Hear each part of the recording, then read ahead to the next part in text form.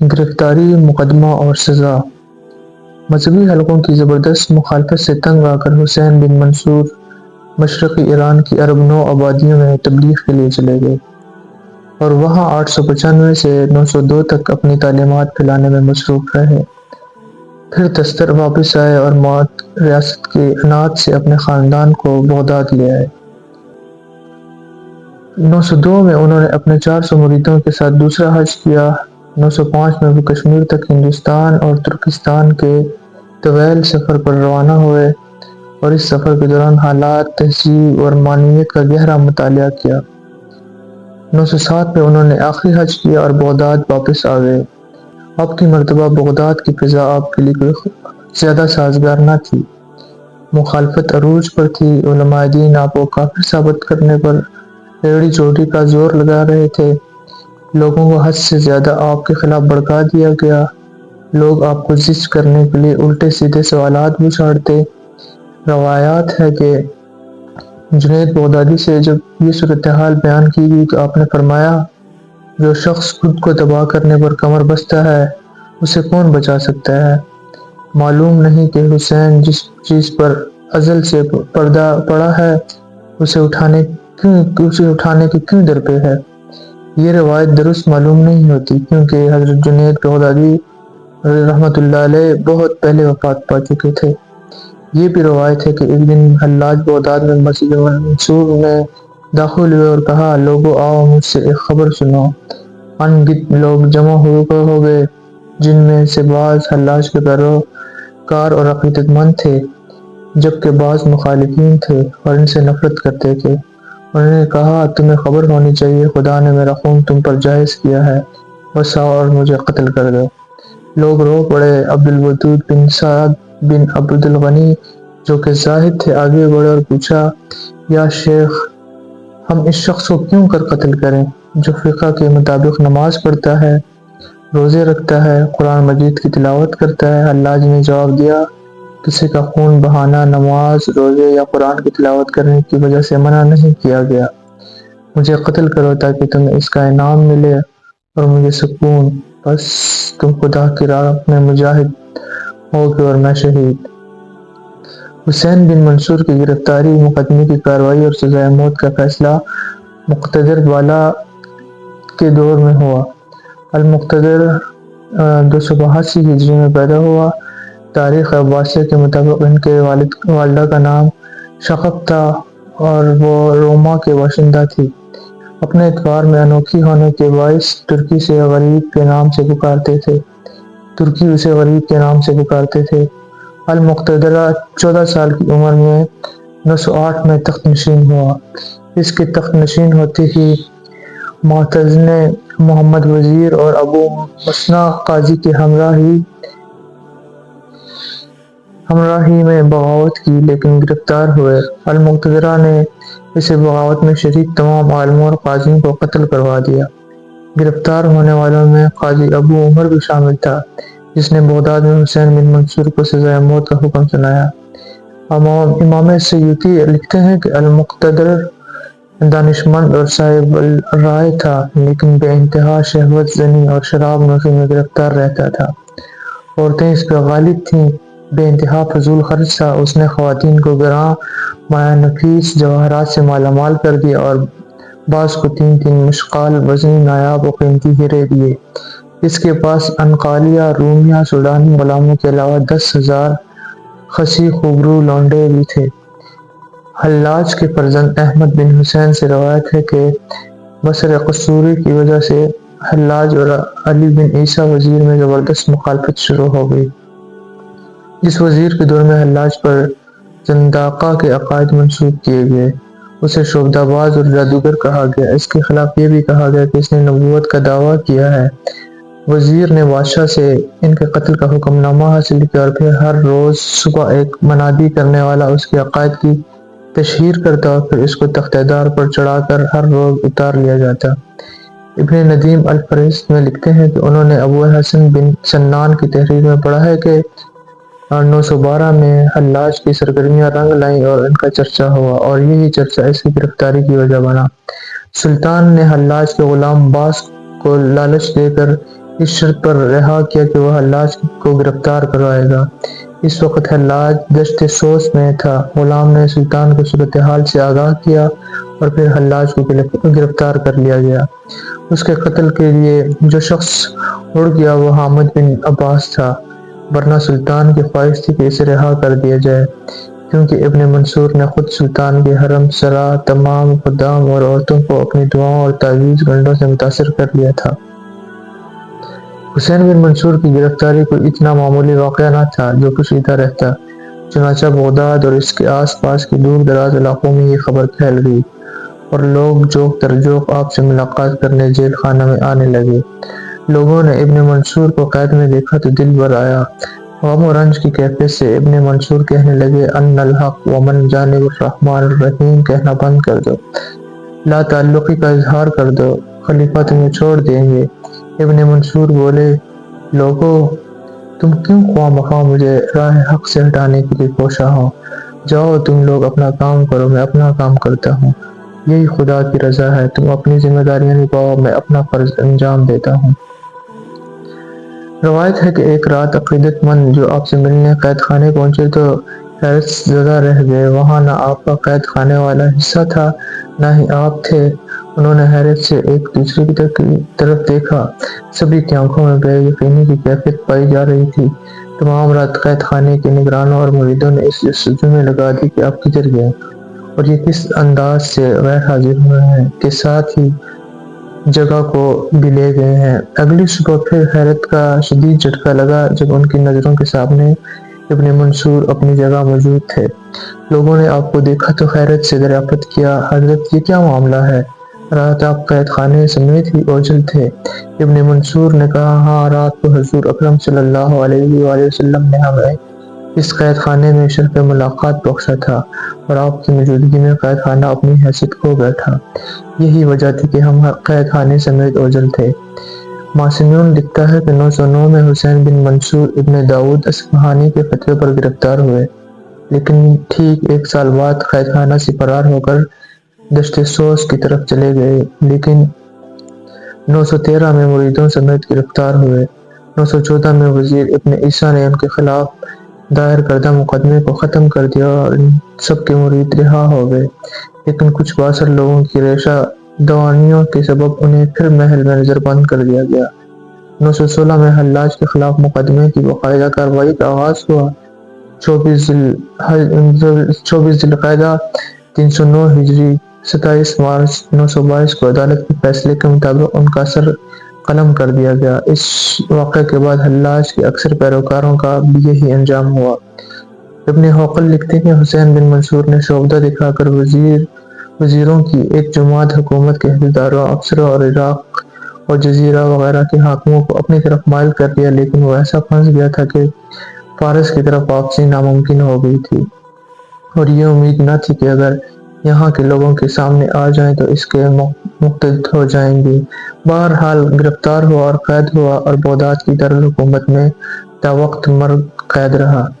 علامہ ابن جوزی نے صلہ تاریخ طبری میں یہ روایت نقل کی ہے کہ شہر سوس میں حسین بن منصور حلاج کو گرفتار کیا گیا اور ان کے بہت سے خطوط رقعے پکڑے گئے جن میں رمزوں کی باتیں لکھی تھی، انہیں بغداد بھیج دیا گیا اور وہ منادی پکارتا جاتا تھا کہ دیکھ لو، یہ قراتیمیوں کا ایک دائی ہے۔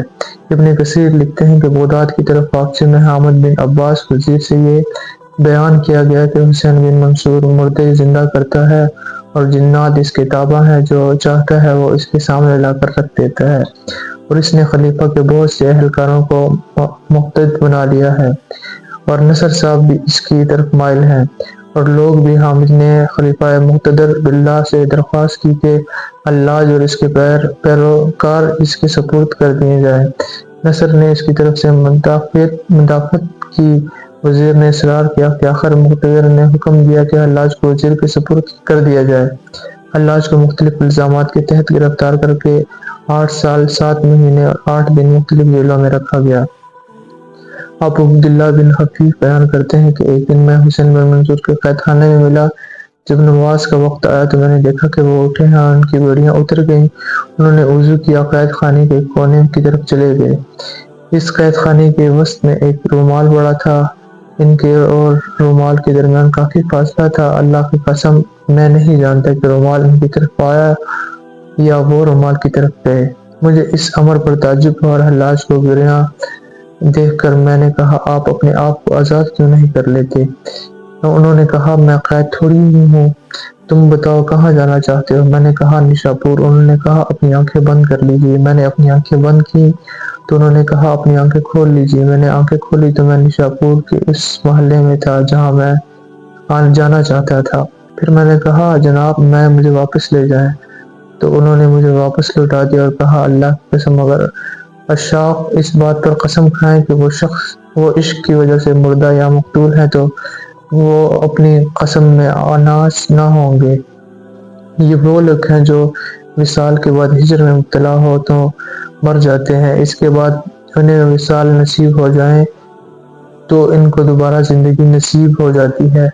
تم محسنین کو دیار محبوب میں بچھڑا ہوا دیکھو گے، جیسے اصحاب کہف بچھڑے پڑے تھے کہ ان کو بیداری کے بعد یہ بھی خبر نہ تھی کتنی مدت تک سوئے رہے ہیں۔ پھر کہا، اے ابن حفیظ، اب غم محبوب کے کھو جانے یا مطلوب کے ضائع ہو جانے کا ہے، مگر حق واضح ہے اور خواہشات نفس انسان کو رسوا کرنے لے آتی ہیں۔ جملہ حقوق خواہشات کی اسیر ہیں اور ہر ایک کی طلب اس کے اپنے حالات اور ہمت کے مطابق ہے، اور ان کے حالات علم غیب میں لکھے ہوئے ہیں۔ علم غیب کی باتیں ان سے پوشیدہ ہیں۔ تمام مخلوق دیار حیرت میں غرق تھی۔ پھر انہوں نے یہ شعر پڑھا، طالب کا رونا شوق کو بڑھانے کے لیے ہے اور مریض کا رونا طبیب کے مفقود ہونے کی وجہ سے ہے۔ اس کے طالبوں کا حال اس بارے میں زیادہ سخت ہے کیونکہ وصال مقصود ہے اور محبوب دور ہے۔ پھر انہوں نے کہا، اے ابن حفیظ، میں نے زیارات کا قصد کیا مگر کثرت زائرین کی وجہ سے مجھے ایک قدم رکنے کی جگہ نہ ملی۔ میں حیران و پریشان کھڑا ہو گیا۔ اس نے میری طرف آنکھ جما کر دیکھا۔ میں نے اچانک خود کو اس کے پاس پایا تب اس نے کہا کہ جو شخص میری معرفت حاصل کر کے مجھ سے اغراض کرے گا اسے ایسا جواب دوں گا جو دونوں جہانوں میں کسی کو نہ دیا ہوگا۔ وہ کہنے لگے، عاشق کا تیری محبت میں تکلیف اٹھانا شیریں اور اس کا تجھ سے دور ہونا بھی قریب ہے۔ آپ میرے نزدیک میری روح کی مانند ہیں، بلکہ اس سے بھی زیادہ محبوب ہیں۔ تو میری آنکھ کی آنکھ ہے اور تو ہی میرے دل کا دل ہے۔ محبت کی وجہ سے میں اس چیز کو زیادہ پیار کرتا ہوں جو تجھے پیاری ہوتی ہے۔ اسی دوران لوگ ان کے پاس جاتے اور ان سے مسائل پوچھتے۔ اس کے بعد لوگوں کو حسین کے پاس آنے جانے سے منع کر دیا گیا۔ 5 ماہ تک سوائے ابن عطا اور عبداللہ حفیظ کے، اور وہ بھی ایک مرتبہ کوئی اس کے پاس نہ گیا۔ ایک موقع پر ابن عطا نے انہیں کہلا بھیجا کہ یا شیخ، جو کچھ آپ نے کہا اس کی معذرت کر لیں تاکہ آپ کی رہائی ہو جائے۔ حلاج نے جواب میں کہا، جس نے یہ بات ان الحق کہی ہے اس سے کہو عذر خواہی کر لے۔ جب ابن عطا نے یہ جواب سنا تو وہ رو دیے اور بولے کہ ہمارا بھی حسین منصور سے کچھ نہ کچھ تعلق ہے۔ کہتے ہیں کہ جب انہیں مبعوث کیا گیا تو پہلی رات متعلقہ ملازمین ان کو دیکھنے کے لیے گئے، وہ قید خانے میں نظر نہ آئے۔ انہوں نے تمام قید خانہ چھان مارا لیکن وہ کہیں نظر نہ آئے۔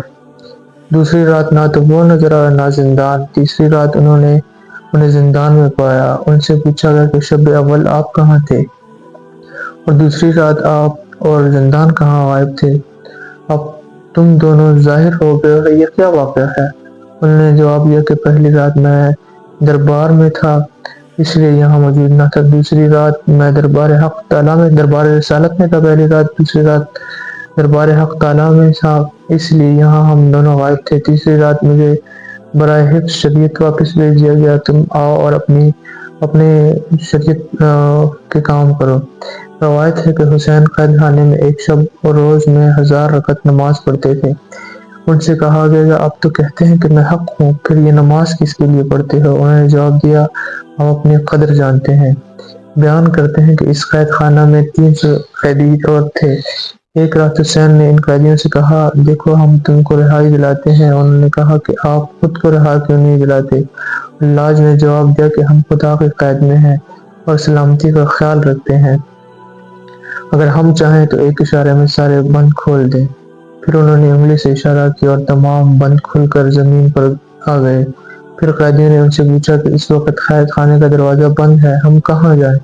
حسین نے اشارہ کیا جس سے دیوار میں رخنیں پڑ گئیں۔ تب وہ بولے جاؤ اپنی راہ لو۔ انہوں نے کہا کیا آپ ہمارے ساتھ نہیں جائیں گے؟ انہوں نے جواب دیا ہمارا اس خدا کے ساتھ ایک راز ہے جسے صرف رازدار پر ہی کھولا جا سکتا ہے۔ دوسرے روز قید خانے والوں نے پوچھا قیدی کدھر گئے؟ حسین بولے میں نے انہیں آزاد کر دیا۔ ان سے کہا گیا کہ آپ خود کیوں نہیں گئے؟ حسین نے کہا حق کا مجھ پر عتاب ہے اس لیے میں نہیں گیا۔ یہ بات خلیفہ تک پہنچ گئی۔ خلیفہ نے کہا یہ کوئی فتنہ کھڑا کرے گا، بہتر ہے اسے مار ڈالا جائے یا چھڑی سے پیٹا جائے تاکہ اس قسم کی باتوں سے باز آ جائے۔ چنانچہ اسے 300 چھڑیاں ماری گئیں۔ ہر چھڑی پر ایک فصیح آواز نکلتی لا تہ یا ابن منصور، اے ابن منصور مت ڈر۔ شیخ عبدالجلیل صفار کا کہنا ہے کہ حسین منصور کے حق میں میرے اعتقاد کی نسبت اس چھڑی مارنے والے کے حق میں میرا اعتقاد زیادہ تھا، وہ اس لیے کہ شریعت کے معاملے میں خدا جانے اس شخص میں کون سی قوت تھی کہ وہ اس قسم کی واضح آواز سنتا اور اس کا ہاتھ کانپتا تک نہیں تھا۔ وہ مارتا جاتا تھا۔ حلاج کا مقدمہ مذہبی، سیاسی اور مالی حکمت عملی کے خلاف سازشوں کے بیس میں قائم ہوا، جنہوں نے کمسن خلیفہ المقتدر کی حکومت میں دربار بغداد میں اضطراب پیدا کر دیا تھا۔ ان مندرجہ ذیل اہم الزامات عائد کی ان الحق کہہ کر خدائی کا دعویٰ کرتا ہے، حلول کا قائل ہے، اسلامی عبادات کا مفہوم بدلتا ہے۔ حلاج کے دو بڑے دشمن شیعی وزیر ابن الغرات اور وزیر حامد تھے۔ حلاج شدید تر مطالبہ اور عوام پر اس پر مطالبے کے اثر نے ارباب اختیار کو ناراض کر دیا۔ حلاج کی تبلیغ سے متاثر ہونے والی قوم کی اخلاقی اور سیاسی اصلاح کے لیے بغداد میں ایک تحریک کا آغاز چاہیے تھا، جن میں کچھ وزراء بھی شامل تھے۔ ان میں ابن عیسیٰ بھی شامل تھا۔ ابن منصور نے اپنے بہت سے رسائل کا انتساب احمد ہمدانی اور ابن عیسیٰ کے نام پر لکھا تھا۔ خلیفہ المقتدر سست رائے اور مطلون مزاج رکھتا تھا۔ ابن عیسیٰ نے جب خلیفہ کو کہا کہ خلیفہ خدا کے سامنے جواب دہ ہے تو وہ ناراض ہو گیا اور ابن عیسیٰ کو معزول کر کے اس کی جگہ ابن الغرات کو وزیر بنا دیا، جو عیسیٰ کے ساتھ ساتھ حلاج کا بھی دشمن ہو گیا۔ وزیر حامد کے بارے میں لوئی مسنن لکھتا ہے کہ حلاج کے تمام بدخواہوں کا سرغنہ خلیفہ کا بوڑھا وزیر حامد تھا۔ یہ آدمی مدت سے مستوفی مالیہ چلا آ رہا تھا اور اس کے کام نے اسے اتنا مغرور اور مسحور کر دیا تھا کہ اگر سور آمد سے ایک دینار بھی بیت المال میں جاتا تو وہ گمان کرتا کہ گویا اپنی جیب سے دے رہا ہے۔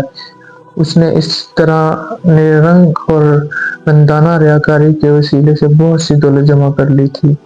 وہ اس کا بیشتر حصہ لطف و اخلاق سے عاری عیش و عشرت اور زریں کمر اور وارثہ غلاموں کے پہلو میں تباہ کر دیتا۔ حامد اہل سنت میں سے تھا مگر اس کا ایمان پختہ نہ تھا۔ وہ حریص اور کوتاہ نظر آدمی اور بیکار سپاہی تھا۔ حلاج کا ہر کام اسے برائی دکھائی دیتا تھا۔ اسے نہ روحانیت حلاج اچھی لگتی تھی اور نہ اس کی پارسائی باتی۔ وہ نہ حلاج کی انداز آخرت پر کان دھرتا اور نہ ہی اس کے کرامات سے متاثر ہوتا۔ یوں سمجھیے کہ حلاج حامد کی نظروں میں ایک ایسا بڑا جادوگر تھا جو ہر رنگ میں جلوہ گر ہوتا ہے۔ بنابراین اس کا عقیدہ یہ تھا کہ جتنا جلد ممکن ہو جہان کو حلاج کے وجود سے پاک کر دیا جائے۔ دوسرا شخص جو حامد کو حلاج کے مخالف بھڑکاتا تھا شیلخانی تھا۔ وہ حامد کے والی داماد نے مدد و تعاون کے لیے ڈھونڈ نکالا تھا۔ وہ رند پست فطرت، ظالم اور اخلاق نیک سے عاری تھا۔ وہ اپنے سے پست تر خریق ابن روح النوختی کے چنگل میں پھنس گیا تھا۔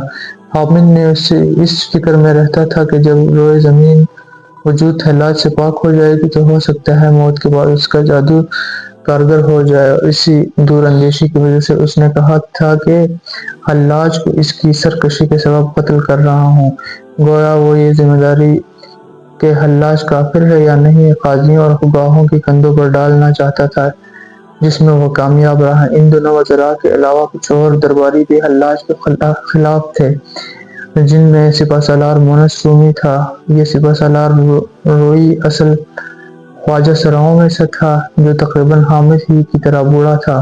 اس وقت تک اس نے منصور کے بارے میں کچھ نہ کہا تھا، کیونکہ اس کا منہ بولا بیٹا حسین بن ہمدان اور اس کا دوست نصر جو دربار کے حاجیوں کا سردار تھا، حلاج کی پشپناہی کرتا تھا۔ یہ بوڑھا سپہ سالار سب سے بڑھ کر مطلب پرست شخص تھا۔ خلیفہ المقتدر اور اس کے فرزندوں، خصوصاً المقتدر کے لیے اس نے حلف برداری اٹھایا تھا، اور اس قسم کے ساتھ وہ سمجھتا تھا کہ غصب کے مال سے فائدہ اٹھانے اور رشوت لینے کا حق بخشش اور تحفہ کے نام سے اسے دے دیا گیا ہے۔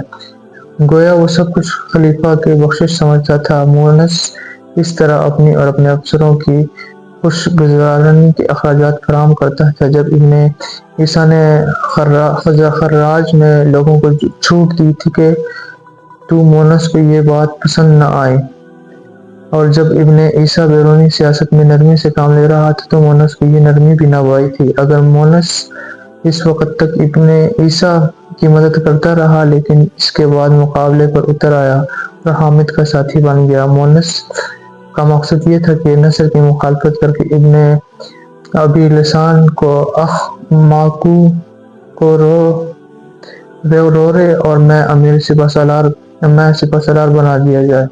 مونس ابن ابی لسان کے ساتھ اپنے عہد و پیمان پر قائم تھا۔ اس وجہ سے اس نے نصر اور خلیفہ کے والدہ کی مخالفت کی اور حلاج کے دوستوں کو درندہ خونریز وزیر حامد کے چنگل میں پھنسا دیا۔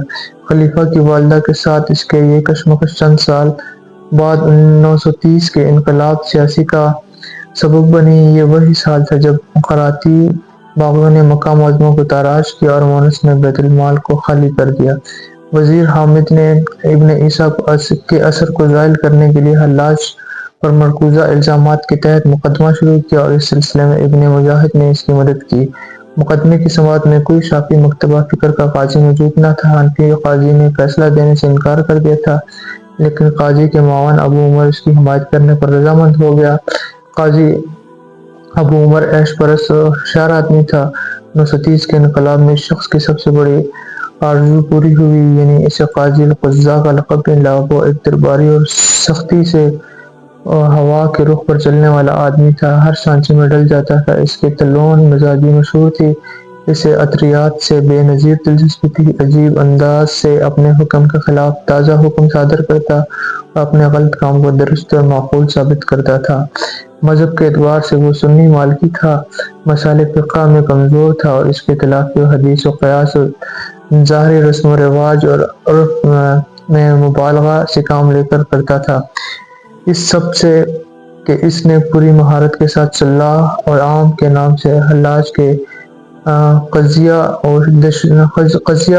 دشوار کو اپنی مرضی کے مطابق حل کیا تھا۔ خود کو سربلند سمجھنے لگا، گویا وہ یہ کام کر کے اپنی اقران و مشال سے بہت بڑا انتقام لے چکا تھا۔ ابن حفیظ بیان کرتے ہیں کہ حامد بن عباس حسین کے بارے میں سوء ظن رکھتا تھا۔ انہیں وزیر اور قاضی القضاء ابو عمر کے سامنے پیش کیا اور پوچھا گیا کہ ہمیں خبر ملی ہے کہ آپ نے کہا ہے کہ جس شخص کے پاس مال ہو وہ اسے غرباء پر صدقہ کر دے، کیونکہ صدقہ کرنا جمع کرنے سے بہتر ہے۔ حسین نے کہا ہاں میں نے یہ بات کہی ہے۔ انہوں نے پوچھا یہ بات تم نے کیسے کہہ دی ہے؟ انہوں نے کہا میں نے فلاں کتاب سے لی ہے۔ قاضی نے کہا اے زندیق تم نے جھوٹ بولا ہے، جس کتاب کے بارے میں تم نے کہا ہے وہ ہم نے دیکھی ہے، اس میں یہ بات نہیں پائی جاتی۔ تب وزیر نے قاضی کو کہا لکھ دو کہ یہ زندیق ہے۔ تب اس نے قاضی سے فتویٰ لے کر خلیفہ کو بھیج دیا اور خلیفہ نے اس کو پھانسی کا حکم صادر کیا۔ جب انہیں پھانسی دینے کے لیے جانے لگے تو انہوں نے ایک صاحب کو بلایا اور کہا جب مجھے جلایا جائے گا تو دجلہ کا پانی چڑھنا شروع ہو جائے گا اور قریب ہوگا کہ پانی بغداد کو غرق کر دے۔ جب تم یہ منظر دیکھو تو میرے راکھ لے کر پانی میں ڈال دینا تاکہ پانی ساکن ہو جائے۔ پھر یہ اشعار پڑھے۔ پہلا، میرے دوستو مجھے قتل کر دو کیونکہ موت ہی میری زندگی ہے، دینوی زندگی میری موت ہے، میری زندگی تو موت ہی میں ہے۔ جو زندہ جاوید ہے اس کی صفات مفقود نہیں ہوتی، میں اسی سے تربیت یافتہ ہوں، تربیت کرنے والوں کی گودوں میں پرورش پائی ہے۔ حافظ ابو بکر الخطیب بغدادی لکھتے ہیں کہ صوفیہ کی صحبت میں رہنا اور اپنے آپ کو ان کی طرح منسوب کرتا تھا۔